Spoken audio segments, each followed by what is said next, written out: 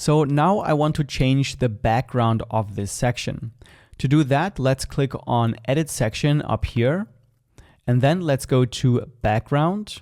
And here, let's first delete this current image by clicking on the trash icon. And then what I'm going to do is just drag in an image that I've prepared before for this section into this area here. And this will upload this image to this section in the background.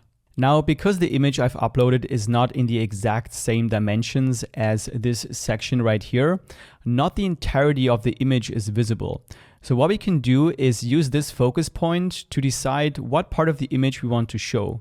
So I actually want to show more of the top part of the image. So what I can do is just move this focus point here to the top a little bit like this, and then we will see more of the top of the image. Down here, we also have some special image effects that you can apply, something like this, or maybe something like this. So it kind of moves around when you hover over the page. However, I'm just going to go back to none and not use any of these effects. Now, one thing that I might want to do is make the background a bit darker so it's easier to read the text in front of it. So when we scroll down, we can go to Overlay Opacity and increase this slider here to the right to make the background more dark or a bit brighter like this. I'm actually going to set it to, I think 50% looks good. So now we know how to change the background of a section.